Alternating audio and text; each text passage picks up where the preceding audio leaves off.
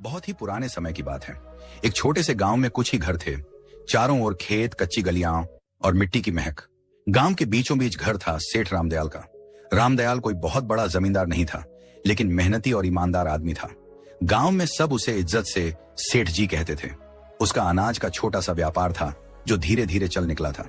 सुबह सूरज निकलते ही वो काम पर निकल पड़ता और शाम को थक कर घर लौटता तो उसकी पत्नी सुशीलाबाई उसे दरवाजे पर मुस्कान के साथ स्वागत करती। सुशीलाबाई बहुत ही शांत और संयमी स्त्री थी। चेहरे पर हमेशा सादगी झलकती थी। माथे पर छोटी सी बिंदी, साड़ी का पल्ला सिर पर। वो मानती थी कि घर की असली शोभा उसके सोने चांदी से नहीं, बल्कि सफाई और सच्चे मन से होती है। हर सुबह सूरज से पहले उठकर वो आंगन बुहारती, तुलसी पर जल चढ़ाती और फिर चूल्हे में फैला दिया जलाती। उसकी यही दिनचर्या थी, सादगी में भक्ति, भक्ति में अनुशासन। गांव की औरतें अक्सर कहती, सेठानी के घर में तो मां लक्ष्मी खुद रहती हैं। रामदयाल और सुशीलाबाई का एक ही बेटा था, अर्जुन। अभी बस 20 साल का नौजवान, लेकिन संस्कारों में पला बढ़ा। अर्जुन दिन भर पिता के काम में हाथ बंटाता और रात को मां के पास बैठकर उनकी बातें सुनता। वो मां से कहता, अम्मा, जब आप तुलसी के पास दिया जलाती हैं ना, लगता है घर में सचमुच देवी उतर आई हैं। सुशीलाबाई मुस्कुरा देती और कहती, बेटा, देवी तो हर उस घर में रहती हैं जहां सफाई और श्रद्धा होती है। बस उन्हें मानने वाला दिल चाहिए। समय बीतता गया। घर में सब ठीक चल रहा था, लेकिन किस्मत के खेल अजीब होते हैं। एक दिन सुशीलाबाई को हल्का सा बुखार आया। उन्होंने सोचा 2 दिन में उतर जाएगा, लेकिन वो बुखार दिन ब दिन बढ़ता गया। पहले थकान, फिर कमजोरी और धीरे धीरे हालत ऐसी कि वो रसोई तक नहीं जा पाई। रामदयाल ने गांव के वैद्य को बुलाया। वैद्य जी ने नाड़ी देखी, कुछ जड़ी बूटियां दी, लेकिन असर नहीं हुआ। दिन पर दिन सुशीलाबाई की तबीयत बिगड़ती चली गई। घर का माहौल जो पहले हंसी और पूजा की ध्वनि से भरा रहता था, अब सन्नाटे से घिरने लगा। रामदयाल अक्सर रात को आंगन में बैठकर सोचता, क्यों अचानक ये सब हो गया? कहीं मेरी कमाई में कोई गलती तो नहीं, या हमने किसी का मन दुखाया हो? वो ऊपर आसमान की तरफ देखता और मन ही मन मां लक्ष्मी से कहता, मां, जो भी भूल हुई हो क्षमा करना। लेकिन जवाब में बस हवा की धीमी सरसराहट सुनाई देती। अर्जुन हर पल मां के पास रहता, उनके लिए काढ़ा बनाता, सिर दबाता और धीरे धीरे ये समझने लगा कि घर की नींव मां ही होती है। सुशीलाबाई के बीमार पड़ते ही घर का सारा क्रम बदल गया था। जो रसोई हमेशा चमकती थी, अब वैसी नहीं रही। सफाई में ढिलाई आने लगी। पूजा भी कभी होती, कभी नहीं। धीरे धीरे वो पवित्रता जो घर की पहचान थी, जैसे फीकी पड़ गई। एक रात जब सेठ अपनी पत्नी के सिरहाने बैठा था, उसने कहा, सुशीला, मैं सोच रहा हूं अब अर्जुन की शादी कर दूं। सुशीलाबाई ने धीरे से आंखें खोली। इतनी जल्दी? अभी तो वो बच्चा है। रामदयाल ने कहा, अब वो बच्चा नहीं रहा, घर को संभालने वाला समय आ गया है, और मैं चाहता हूं कि जब तक तुम हो, नई बहू को अपने हाथों से देख लो। ये कहते कहते उसकी आवाज भारी हो गई। सुशीलाबाई ने कुछ पल सोचा, फिर बोली, अगर तुम्हें लगता है कि यही सही है तो कर दो। अगले ही दिन उसने तय कर लिया कि वो अपने बेटे के लिए एक सच्चरित्र और संस्कारी लड़की ढूंढेगा, जो घर को फिर से वैसे ही सजा दे जैसे उसकी पत्नी ने किया था। गांव में खबर फैल गई कि सेठ रामदयाल अपने बेटे अर्जुन के लिए बहू ढूंढ रहे हैं। चौपालों पर बैठे बुजुर्ग हों या कुएं पर बातें करती औरतें, सबके बीच यही बात घूम रही थी। कोई कहता, सेठ जी को बड़ी खानदान की बहू चाहिए होगी, तो कोई जवाब देता, नहीं, वो तो सादगी और संस्कारों वाले घर की लड़की ही पसंद करेंगे। धीरे धीरे यह बात पूरे इलाके में फैल गई। हर कोई जानता था कि सेठ रामदयाल अपने बेटे की गृहस्थी बसाने की तैयारी कर रहे हैं। रिश्तों की चर्चा शुरू हुई तो आसपास के गांवों से लोग सुझाव देने आने लगे। हर कोई अपने घर की बेटी की तारीफ करता। सेठ सबकी बातें सुनता, लेकिन हर बार उसके मन में एक ही बात घूमती, सौंदर्य या अमीरी से घर नहीं चलता, घर तो संस्कारों और संयम से बनता है। उसी दौरान उसका पुराना परिचित गोविंद जी मिलने आया। उसने कहा, सेठ जी, मेरे रिश्तेदार के घर एक लड़की है, नाम राधा। सीधी सादी, घर संभालने वाली और बड़ों का आदर करने वाली। मुझे लगता है वो आपके घर के लायक हैं। सेठ ने कहा, अच्छा, मैं जाकर देख आता हूं। अगले दिन सुबह वह अकेले ही निकल पड़ा। पहले के जमाने में पिता ही जाकर लड़की देखा करते थे। दोपहर तक सेठ उस गांव पहुंचा जहां राधा का घर था। घर सादा था, आंगन साफ और वातावरण में सादगी थी। राधा के पिता ने आदर से स्वागत किया। बातचीत के दौरान राधा पानी लेकर आई, सिर झुकाए, शांत और संस्कारी। सेठ ने मन ही मन कहा, यही है वो लड़की जिसमें घर बसाने की समझ है। उसी दिन सेठ ने वहीं पर रिश्ता पक्का कर दिया और कहा, अब बस शुभ दिन निकालिए, मैं अपनी बहू जल्द ही घर लाऊंगा। घर लौटकर उसने सुशीलाबाई से कहा, मैंने लड़की देख ली, नाम राधा है, स्वभाव बहुत अच्छा है, सूरत में सादगी है, आंखों में आदर झलकता है। सुशीलाबाई ने शांत स्वर में कहा, अगर तुम्हें मन से ठीक लगी है तो वहीं सही, लड़की वहीं अच्छी जो घर को अपनाए। सेठ ने सिर हिलाया। मन को सुकून मिला है, लगता है अब घर फिर से बस जाएगा। कुछ ही दिनों में रिश्ता तय हो गया। शुभ मुहूर्त निकला और दोनों घरों में खुशी की लहर दौड़ गई। समय बीता और शादी का दिन आ गया। सादगी से मगर पूरे रीति रिवाजों के साथ विवाह हुआ। राधा अब सेठ रामदयाल के घर की बहू बन चुकी थी। शादी को कुछ हफ्ते बीत चुके थे। घर में नई रौनक थी, सब कुछ जैसे फिर से जीवंत हो उठा था। राधा सुबह जल्दी उठती, आंगन में जल छिड़कती, तुलसी को प्रणाम करती और रसोई में मां अन्नपूर्णा का भोग तैयार करती। सुशीलाबाई के चेहरे पर सुकून था।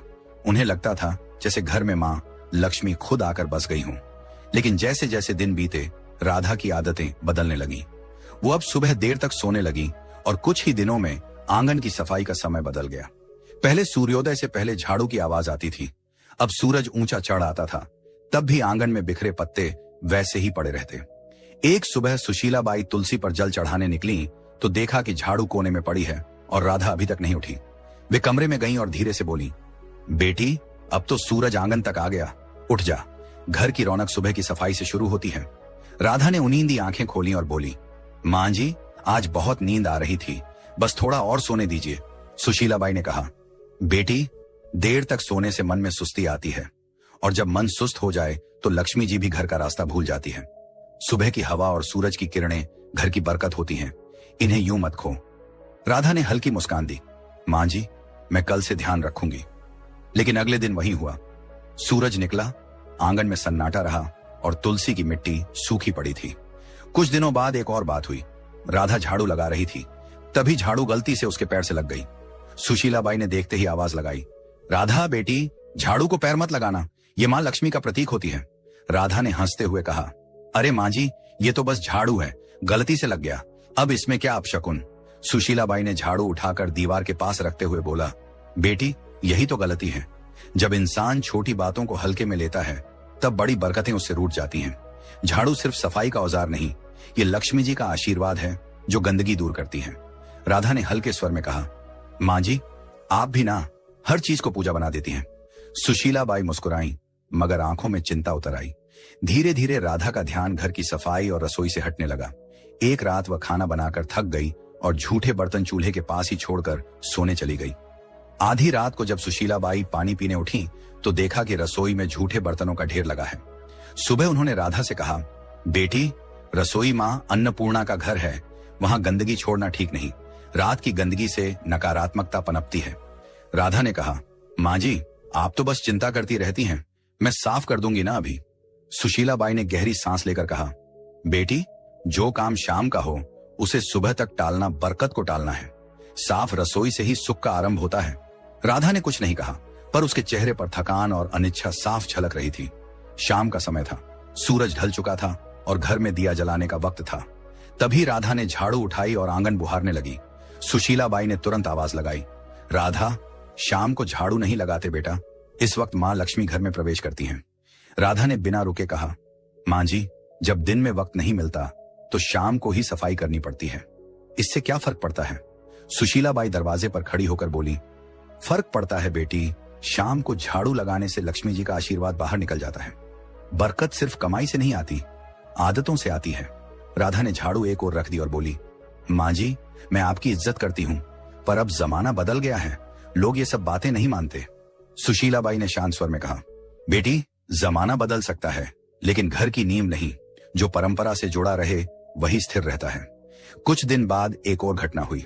राधा ने खाना खत्म होने के बाद झूठे बर्तन चूल्हे के ऊपर रख दिए। जब सुशीलाबाई ने देखा तो बोली, बेटी, चूल्हा मां अन्नपूर्णा का आसन है, वहां झूठे बर्तन नहीं रखे जाते। राधा ने बिना ऊपर देखे कहा, मां जी, मैं बस जगह की कमी से रख दिए थे, बाद में धो दूंगी। सुशीलाबाई ने कहा, रसोई में पवित्रता सबसे जरूरी है, अगर चूल्हे पर गंदगी होगी तो लक्ष्मी जी की कृपा भी घट जाएगी। राधा ने मुस्कुराते हुए कहा, मां जी, हर चीज में देवी ढूंढना बंद कीजिए, खाना तो मैंने बना ही दिया ना, अब थोड़ी देर में सब साफ हो जाएगा। सुशीलाबाई ने कोई जवाब नहीं दिया। उनके चेहरे पर निराशा थी, मगर मन में अब भी उम्मीद थी कि शायद एक दिन राधा इन बातों का अर्थ समझ लेगी। धीरे धीरे घर का माहौल बदलने लगा। पहले जहां सुबह पूजा की घंटी बजती थी, अब सन्नाटा रहता था। तुलसी के पास मिट्टी सूख गई थी, दीपक बुझा रहता था। सुशीला बाई अब भी हर सुबह तुलसी के सामने खड़ी होकर कहती, हे माँ, इस घर पर अपनी कृपा बनाए रखना, मेरी बहू को सही समझ देना। लेकिन जैसे घर की रोशनी धीरे धीरे कम होती जा रही थी, सेठ रामदयाल अब चिंतित रहने लगा था। उसे लगता घर में कोई अदृश्य भारीपन फैल गया है। एक दिन उसने सुशीला बाई से कहा, लगता है माँ लक्ष्मी रूठ गई हैं। सुशीला बाई ने चुपचाप सिर झुका लिया। उन्हें पता था ये सब राधा की लापरवाह आदतों का नतीजा है, पर वो अभी भी उसे डांटना नहीं चाहती थी। उनका विश्वास था कि प्यार से समझाने पर राधा बदल जाएगी। समय बीतता गया और घर की रौनक धीरे धीरे जैसे मिट्टी में मिलने लगी। पहले जहां सुबह तुलसी के पास दिया जलता था, अब वहां धूल जमने लगी थी। राधा अब ज्यादातर उदास या व्यस्त रहती। सफाई आधी अधूरी, पूजा कभी कभी, और घर में अब वो अपनापन नहीं था जो पहले हर कोने में झलकता था। सेठ रामदयाल ने सबसे पहले बदलाव अपने व्यापार में महसूस किया। पहले जो सौदे फायदेमंद रहते, अब घाटे में जाने लगे। गोदाम में अनाज में कीड़े लग गए, कुछ सौदे अटक गए और पुराने ग्राहक धीरे धीरे दूर होने लगे। सेठ कई रातें जागकर हिसाब किताब देखता, मगर समझ नहीं पाता कि गलती कहां हो रही है। एक शाम उसने सुशीला बाई से कहा, सुशीला, अजीब बात है, अब काम में मन नहीं लगता, जैसे बरकत कहीं गुम हो गई हो। सुशीला बाई ने धीमे स्वर में कहा, बरकत तब गुम होती है जब घर की पवित्रता कम होने लगे। माँ लक्ष्मी वहां नहीं टिकती जहां गंदगी और लापरवाही घर कर जाए। सेठ ने गहरी सांस ली। तू कहना चाहती है कि... वो आगे नहीं बोला, लेकिन दोनों की नजरें एक ही दिशा में उठी, राधा की ओर। राधा भी ये सब देखती थी, पर उसे लगता कि ये बस समय की मार है। एक दिन जब सेठ गुस्से में बोला, हर काम उल्टा क्यों हो रहा है, तो राधा ने कहा, पिताजी, ये सब अंधविश्वास है। व्यापार में उतार चढ़ाव तो होते रहते हैं। सेठ ने आंखें तरेरी। तू नहीं समझेगी बहू, जब घर की औरतें रीति भूल जाती हैं, तब घर की बरकत खुद रास्ता भूल जाती है। उस दिन के बाद से माहौल और भारी हो गया। घर में छोटी मोटी चीजें टूटने लगी। राधा ने ध्यान देना बंद कर दिया था। झाड़ू वहीं कोने में पड़ी रहती, रसोई में बर्तन कभी साफ नहीं रहते। सुशीला बाई अब ज्यादातर चुप रहने लगी थी। वो हर शाम तुलसी के पास बैठकर मन ही मन कहती, हे माँ, अब कुछ तू ही कर। एक रात तेज हवा चली और आंगन में रखा दीपक बुझ गया। उसी पल गोदाम से खबर आई, सेठ जी, आग लग गई। सेठ दौड़ा, पर बहुत देर हो चुकी थी। गोदाम का आधा अनाज जल चुका था। गांव वाले कहते, ऐसा तो पहले कभी नहीं हुआ था। रामदयाल वहीं बैठ गया, माथे पर हाथ रखकर बोला, लगता है माँ लक्ष्मी ने सच में मुंह मोड़ लिया है। घर लौटते समय उसकी आंखों में आंसू थे। उस रात घर में कोई नहीं बोला। सेठ के दिल में पहली बार ये एहसास बैठ गया था, अब अगर कुछ नहीं बदला तो इस घर की खुशियां कभी वापस नहीं आएंगी। सेठ की मेहनत, नाम और इज्जत सब एक साथ डूब गए। घर का माहौल भी अब बदल चुका था। पहले जहां हर सुबह पूजा की घंटी और तुलसी की खुशबू होती थी, अब वहां सन्नाटा था। सेठ रामदयाल दिन रात चिंताओं में डूबा रहता। रात को अक्सर बरामदे में बैठकर बुदबुदाता, माँ लक्ष्मी, कहां चली गई तू। एक शाम सेठ घर लौटा, चेहरा गुस्से से लाल था। वह आंगन में बैठ गया और एकदम से बोला, बस अब और नहीं सह सकता मैं ये सब। सुशीला बाई चौंकी। क्या हुआ जी? सेठ ने जोर से कहा, क्या बताऊं, सब खत्म हो गया। मेहनत, इज्जत, कारोबार सब झलकर राख हो गया, और मैं जानता हूं ये सब किसकी वजह से हुआ है। उसकी नजर राधा पर टिक गई, जो पास ही खड़ी थी। राधा सकपका गई, धीमे स्वर में बोली, पिताजी, मुझसे क्या गलती हुई है? मैं तो हर दिन अपने काम करती हूँ। सेठ का स्वर भारी और कांपता हुआ था। काम? तूने घर का रूप बदल दिया बहू। न सफाई, न श्रद्धा, न सुबह का दीपक। जब औरत घर की मर्यादा भूल जाए तो लक्ष्मी जी भी उसका साथ छोड़ देती है। जिस दिन तू इस घर में आई, उसी दिन से बरकत घटने लगी। राधा की आंखें भर आईं। वो रोते हुए बोली, मैंने किसी का बुरा नहीं चाहा पिताजी, मैंने बस अपने ढंग से जीने की कोशिश की। अगर पूजा में देर हो जाए या सफाई में कमी रह जाए तो क्या सारी विनाश की जड़ मैं ही हूं? सेठ गुस्से से उठा और बोला, हाँ, क्योंकि घर की नींव औरत के कर्मों से टिकती है। अगर वो ही ढीली हो जाए तो पूरा घर ढह जाता है। तेरे आने के बाद से न शांति बची न बरकत। अब मैं तुझे कुछ और नहीं कह सकता, बस इतना कि इस घर से जा। राधा, जा और अपने कर्मों पर खुद विचार कर। राधा स्तब्ध रह गई। उसने कांपती आवाज में कहा, माँ जी, आप तो कुछ कहिए, क्या सच में मेरी ही वजह से ये सब हुआ? सुशीला बाई की आंखों में आंसू थे, लेकिन शब्द नहीं निकले। राधा के गालों पर आंसू लुढ़क पड़े। सेठ ने कड़क स्वर में कहा, अब इस दहलीज को पार मत करना जब तक मन और घर दोनों पवित्र न हो जाएं। राधा ने बिना कुछ बोले सिर झुकाया। उसने धीरे से दहलीज पार की, वही दहलीज जहां से कुछ महीने पहले उसने पहली बार कदम रखा था। और राधा बिना कुछ कहे, बिना किसी सामान के, आंसुओं से भीगी साड़ी में उस घर से निकल गई। कदम भारी थे, लेकिन मन में एक संकल्प जल रहा था। अब वो मां लक्ष्मी से क्षमा मांगेगी, चाहे इसके लिए उसे खुद को मिटाना ही क्यों न पड़े। रात ठंडी थी, रास्ता सुनसान। गांव से बाहर निकलते ही घना जंगल शुरू हो गया। पेड़ों की छांव में चांद की किरणें भी मुश्किल से पहुंचती थीं। वह एक पुराने बरगद के नीचे बैठ गई। आंसू रुक नहीं रहे थे, मगर भीतर एक अजीब सी दृढ़ता थी।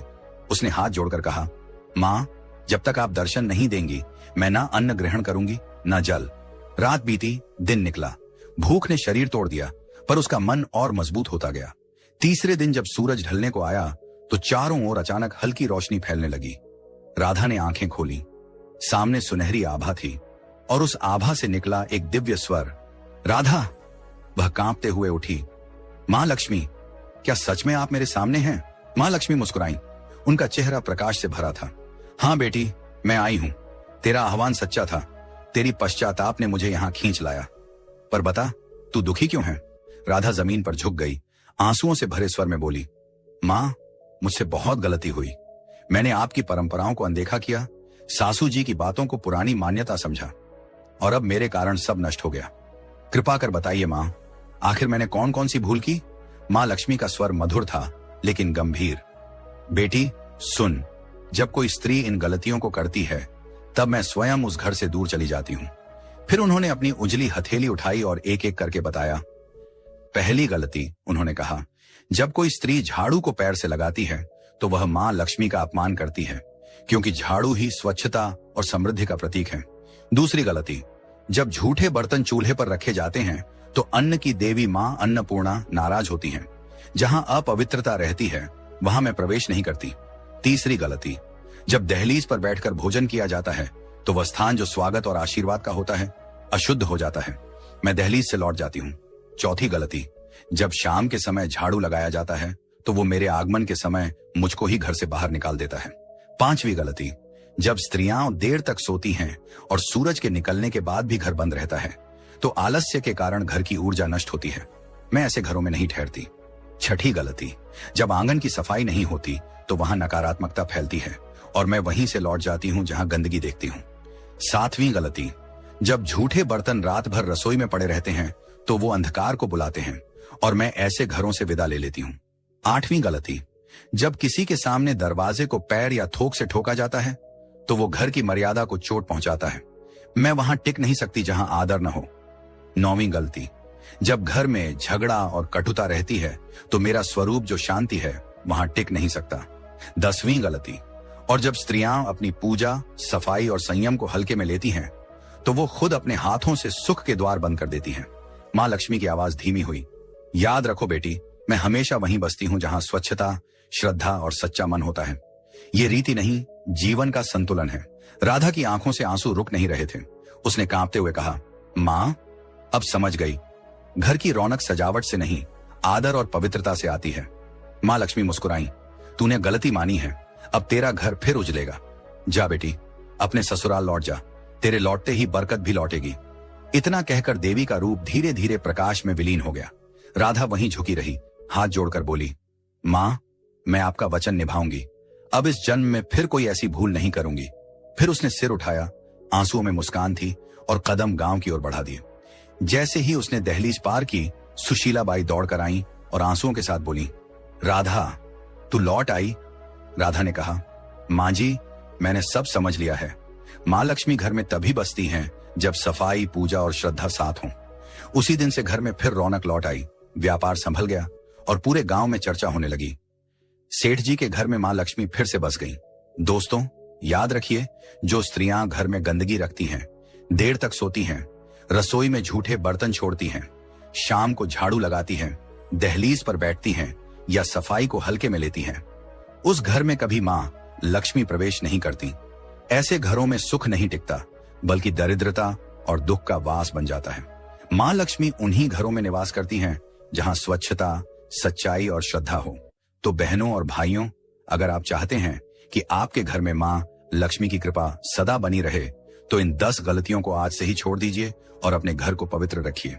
अगर आपको माँ लक्ष्मी और राधा की यह कहानी अच्छी लगी हो तो इस वीडियो को लाइक करें, अपने सभी दोस्तों और परिवार वालों के साथ शेयर करें और ऐसे ही आध्यात्मिक और प्रेरणादायक कथाएं सुनने के लिए हमारे चैनल को सब्सक्राइब करना बिल्कुल मत भूलिए और कमेंट में सब लोग जरूर लिखें, जय माँ लक्ष्मी। बहुत ही पुराने समय की बात है। एक छोटे से गांव में कुछ ही घर थे। चारों ओर खेत, कच्ची गलियां और मिट्टी की महक। गांव के बीचों बीच घर था सेठ रामदयाल का। रामदयाल कोई बहुत बड़ा जमींदार नहीं था, लेकिन मेहनती और ईमानदार आदमी था। गांव में सब उसे इज्जत से सेठ जी कहते थे। उसका अनाज का छोटा सा व्यापार था जो धीरे धीरे चल निकला था। सुबह सूरज निकलते ही वो काम पर निकल पड़ता और शाम को थक कर घर लौटता तो उसकी पत्नी सुशीलाबाई उसे दरवाजे पर मुस्कान के साथ स्वागत करती। सुशीलाबाई बहुत ही शांत और संयमी स्त्री थी। चेहरे पर हमेशा सादगी झलकती थी। माथे पर छोटी सी बिंदी, साड़ी का पल्ला सिर पर।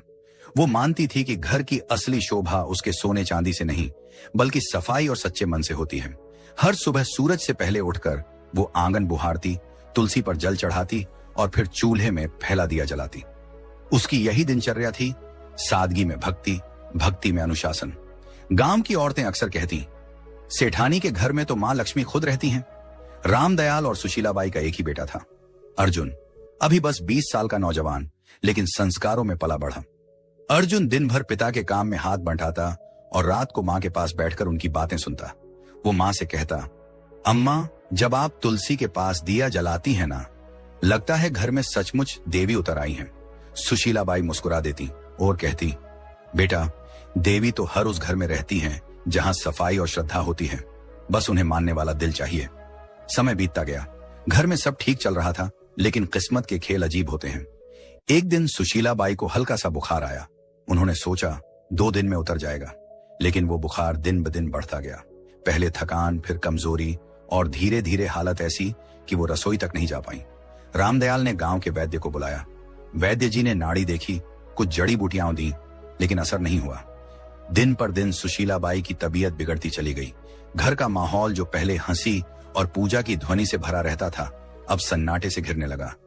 रामदयाल अक्सर रात को आंगन में बैठकर सोचता, क्यों अचानक ये सब हो गया? कहीं मेरी कमाई में कोई गलती तो नहीं, या हमने किसी का मन दुखाया हो? वो ऊपर आसमान की तरफ देखता और मन ही मन मां लक्ष्मी से कहता, मां, जो भी भूल हुई हो क्षमा करना। लेकिन जवाब में बस हवा की धीमी सरसराहट सुनाई देती। अर्जुन हर पल मां के पास रहता, उनके लिए काढ़ा बनाता, सिर दबाता और धीरे धीरे ये समझने लगा कि घर की नींव मां ही होती है। सुशीलाबाई के बीमार पड़ते ही घर का सारा क्रम बदल गया था। जो रसोई हमेशा चमकती थी, अब वैसी नहीं रही। सफाई में ढिलाई आने लगी।